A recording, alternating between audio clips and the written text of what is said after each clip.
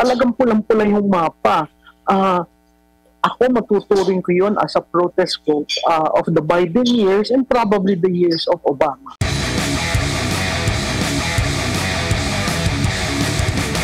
Well, sa tingin ko itong mga kampanya sa Amerika, pinanunood dyan globally kasi yung bagong strategies na ginagawa, yung pagka-craft ng messaging, yung yung ekonomiya kasi ng Amerika meron ring problema. Sa tingin ko, itong taong ito, si President Trump, talagang ini-offer niya ang kanyang buhay. Kasi ilang beses ba namang nasa-assassinate? Hindi, siya yung kandidatong hindi naman kailangan tumakbo dahil made na siya. Pero dahil ang parating na sinasabi, titigil ang gera, ibabalik ko ang mga Amerikano sa Amerika, aayusin natin ang ekonomiya. Sa tingin ko yun, nagre-resonate sa mga botante sa Amerika na kailangan talaga maayos yung ekonomiya nila, masettle yung border issues nila, at saka talagang nararamdaman mo ang Amerika nasa transition niya eh. Kaya napakahalaga, nandiyan ang BRICS, so napakahalaga na may uupo doon na talagang sa tingin ko ang nais nila ay strong leader. Ang nais ng mga Amerikano yung bibigyan ng consideration sila muna bago ang ibang bansa. Opo. Yung resulta ng halalan dito po sa Estados Unidos, may ko-consider bang protest vote din? Kasi parang hindi sila naging satisfied sa Biden administration siguro, kaya pinili nila muli itong dati na nila pinili na hindi binoto sa prior na term agad. Yung 2020. Oo. Tama ka, Admar, no? Kasi kung titingnan natin, yung Democrats, nung sila ang nagro-rule, parang may issue na kay Biden, no? In fact, kailangan nilang magpalit midway in the process at kaya si Vice President Harris ang napagbigyan na siya na ang magtuloy ng supposedly re-election effort ni President Biden. Kailangan nilang gawin yon kasi at that point, all surveys were pointing to a potential loss. So, strategic yung pagpapalit. Pero dahil gipit na ang oras, walang deep search na nangyari. Parang ang ginawa na lang, automatic siya na lang kasi siya ang current vice president. So makikita natin, napakahirap yung kampanya na ginawa ni Vice President Harris simply because hindi naman siya kilala as the leader, no? Hindi rin siya ganong kakilala kung paano siya nagsimula bilang prosecutor, tapos lumabas maraming issues na kanyang dinesisyonan nung siya nasa California. So yung mga yan, pulled down Vice President Harris. At the same time, alam mo, Admar, ang na-shock ako, grabe yung get out the vote na ginawa nila. Alam naman natin sa Amerika, hindi naman holiday ang eleksyon, napakababa ang turnout. Ito is one of the, if not the historic, no, turnout sa ground. Nakikita natin, yan, napakahaba ang pila, tapos parating sinasabi ni candidate Trump na stay in line, wait, and vote. So makikita mo, parang yung turnout define them. Ang uniqueness ng Amerika lang, merong ilang estado na on the day itself ng election, doon ka pala magre-register. Pangalawa, meron silang tinatawag na early voting, no? In fact, bago pa yung November 5, around 50% already cast their vote through mail. So makikita natin, yan yung mga huli, no? So yung turnout the vote, meron kasi tinatawag na battleground states at saka yung parating naririnig natin, will the blue wall collapse? Nakita natin sa Pennsylvania, isa sa mga swing state, naging pula. So itong election na to, alam mo, historical kasi nanalo si Trump, control the Republicans ang House. Traditionally naman, ganun ang nangyayari. Pero sa Senado, control ng Republicans. Tapos mas maraming governors ang nanalo na Republicans. So talagang pulang-pula yung mapa. Ako matuturing ko yun as a protest vote of the Biden years and probably the years of Obama. Kasi hindi naman lalabas yung mga tao dyan pag talagang hindi na umabot sa sukdulan siguro yung problema ang kinakaharap nila. Kasi kung wala silang problema at nabanggit mo nga, hindi naman holiday, minsan wala ka na lang pake, 'di ba? Pero dahil siguro na hindi na nila matiis at bakit ganito? 4 na taon ganito yung nangyayari. Kaya lumabas sila at inexpress yung kanilang disappointment siguro or gusto nila ng pagbabago, considering na itong si Trump ay isa sa mga kontrobersyal niya, 'di ba? Yung sa immigration niya ng mga yung sa galing sa ibang bansa, sa kabila nito na mga pronouncement malakas pa rin yung suporta sa kanya kahit na for America lang siya, America first. Pero yung mga ibang mga lahi na naging American citizen or yung mga migrants 'di ba nung unang parte. Alam mo, Admar, si Trump kasi kung titingnan mo ideologically, negosyante ang isip niyan. Hindi siya for big government.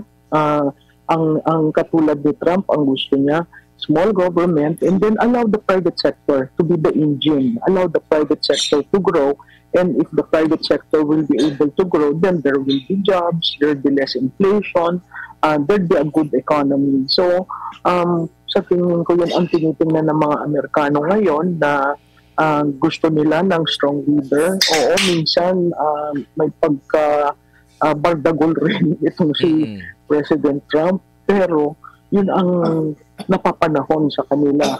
Alam mo, maganda rin tingnan dyan yung global influence kasi sinabi niya immediately pag upo ko, kakausapin ko ang Russia, kakausapin ko ang China. So yung makikita mong defense establishment sa Amerika, mukhang magkakaroon sila ng problema with Trump. Ang kagandahan pang isa na andyan si Robert Kennedy na nababalita, na binalita ng aking mga kaibigan kinukonsider sa cabinet niya. Ang number one issue niyan is health. Imagine mo kung nagkaroon ng health reform. So, malalaking bagay ito. And nakita mo rin po ba yung matinding epekto lalo na dito sa naging giyera sa Ukraine, sa Middle East, para mag-shift yung pag-iisip ng mga tao, lalo na yung mga taga doon na naging American citizens na rin, na marami din yan sa Amerika, dahil hindi napigilan at nakisawsaw pa talaga itong Amerika na alam naman natin, nakaapekto ito sa ekonomiya sa buong mundo, itong sigalot sa Russia, Ukraine, pati na rin dyan sa Israel at sa mga karatig lugar. Admar, ang challenge nga dito sa 47 President ng Estados Unidos yung dalawang binanggit mo, anong gagawin sa Ukraine, anong gagawin sa Israel. To a certain degree, siyempre kailangan masettle yung Middle East issue kasi ang tagal na yan. On the part of our continent sa Asia, of course, he has to deal with China. So, makikita natin anong pagbabago sa foreign policy. Definitely, magkakaroon ng pagbabago. At yung pagbabago ba doon, to the interest of the US o magkakaroon ng hindi siya mahilig ng bilateral at multilateral. So, essentially, ito, relationship. Dahil negosyante, ang relationship napakahalaga sa kanya. So, makikita natin sa mga susunod na araw kung sinong maa-appoint na ambassador doon sa mga lugar na yun, kung tatawagan siya. Siyempre, pag nagkaroon na ng declaration, babaha ang tawag ng mga leader kay President Trump. At doon natin makikita na yung mga issues na mapapag-usapan ay talagang dahil confrontationalist nga at gusto. Alam mo, yung frame of mind ni Trump kasi nagmamadali Gusto ko ito. Siya yung nagsasabi. So, sa tingin ko talaga magkakaroon ng pagbabago sa public diplomacy. Yung sa ano po, Prof, yung maraming history din na nagawa si dating President Trump, lalo na doon sa yung sinubukan niya, 'di ba, na pagbatiin yung South and North, 'di ba? Nagkaroon ng usapan din 'yon. Pumunta pa siya doon. Marami siyang mga efforts na first time. Nagkaroon din siya ng pagkikita kay Nokor leader at itong sa Russia din. So kumbaga parang friends to all siya na makabubuti sa atin sa buong mundo, kumbaga. Oo. Masasabi mo siyang he thinks outside the box. Kasi nga, again, babalik tayo dun sa ano ba yung core ni Trump, negosyante. So, he would want to have a lot of win-win situations. He would want to break negotiations and make sure that he has the upper hand para maayos niya yung bansa niya. Tandaan mo, 4 na taon lang ito. So, apart from that is the political development of the Republican Party. Hindi naman siya kaagad sinuportahan ng mga Republicans. In fact, sabi niya, kung ayaw niyo sa akin, di bahala kayo. So, dito natin nakikita, will he build the Republican Party? Will he build a strong, at tatandaan natin, sa Estados Unidos, ang boto sa presidente, boto sa vice-presidente. You have a very young vice president of President Trump. Ano yung magiging role niya? Bibigyan ba yun ng mas malawak na role kaysa dun sa vice president niya nung first term niya? So marami tayong titingnan at saka yung interplay talaga na first time na nakita ko na Republican ang lahat na nanalo. So yun ang sabi ko, ang conservatism mukhang buhay sa Amerika, no? At makikita natin na yung conservatism na yun will solely take care of yung mantra, make America great again. But if you look at it, yung pag-rise ng China, pag-iiba ng geopolitics, maganda rin na merong Trump na nandyan dahil alam mo, right off, ayaw niya ng gera, ayaw na ng gulo. Advantage ba yan sa Pilipinas o depende pa rin sa leader natin? Ay, sa tingin ko walang relasyon ng ating leader dito sa nanalo. Malaking problema yan sa kanila. Kasi unang-una, yung mga EDCA natin, pangalawa, yung pag-istasyon ng Typhoon missile sa atin, pangatlo, yung hindi naman tayo kasama sa kaguluhan sa China at Taiwan, pero ginagawa tayong launching pad. Hindi ko alam how he will be able to build that kind of relationship na meron si President Duterte. So, ating titingnan kung talagang sabi itong ating president pagdating sa foreign policy.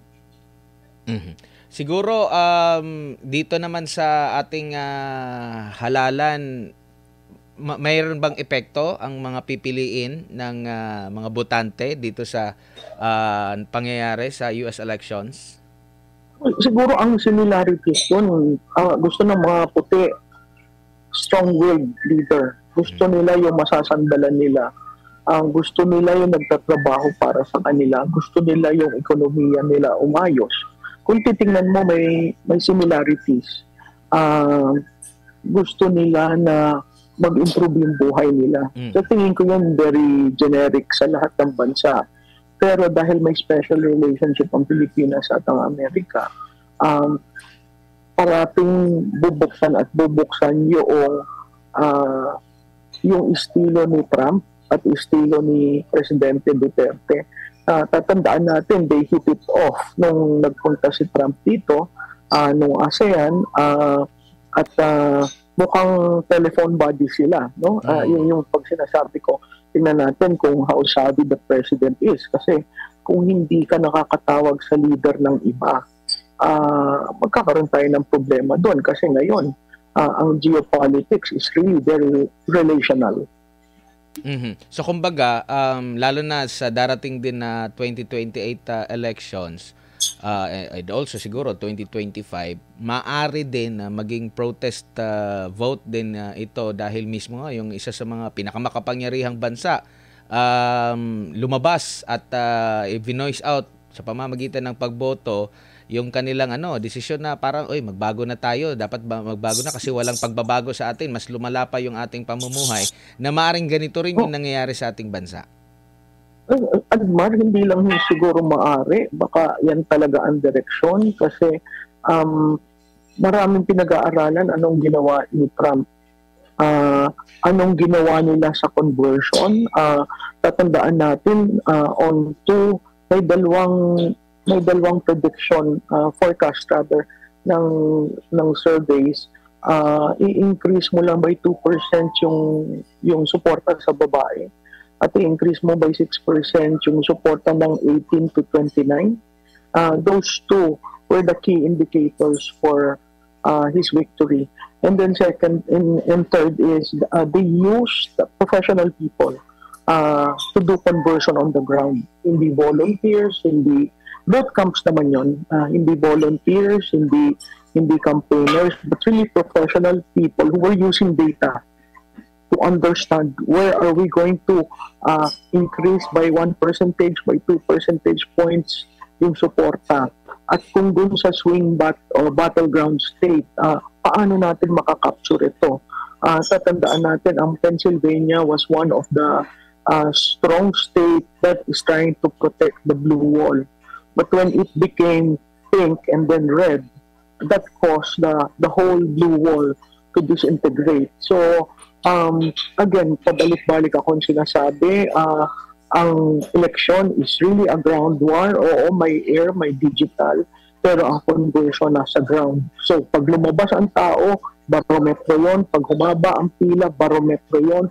Kung hanggang ngayon nag-uusap sa binoto nila, barometro yon. So, kailangan maintindihan ng mga politiko, kailan merong hangin na nagbabago sa terrain. Ganyan din ang mangyayari sa atin. Prof, siguro bilang panghuli na lang na topic, mapaghiganti ba ito si Trump?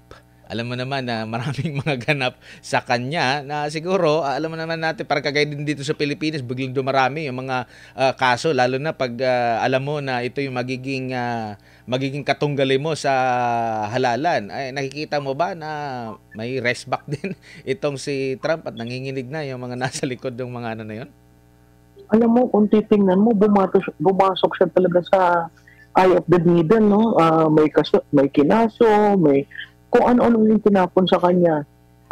Pero makikita mo yung maling pagbasa na pag ginigipit mo ang isang politiko, ang tingin ng karamihan, babaliktad at makikita yung kasamaan.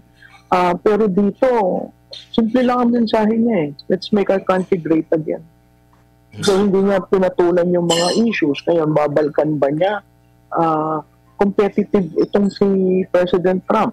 Nakita natin kung paano siya mag-seal ng deals, no, sa business. So, sa tingin ko maraming kailangang ayusin ang Democrats for them to be competitive in the ang next election cycle nila is 2026. Every 2 years kasi yan. And then yung sa presidente sa 2028. So, napakahalaga na makita natin at masundan dahil makikita mo para siyang hangin na sa tingin ko maaapektuhan rin tayo dahil yung protest vote, hindi mo alam kung saan yan papalo.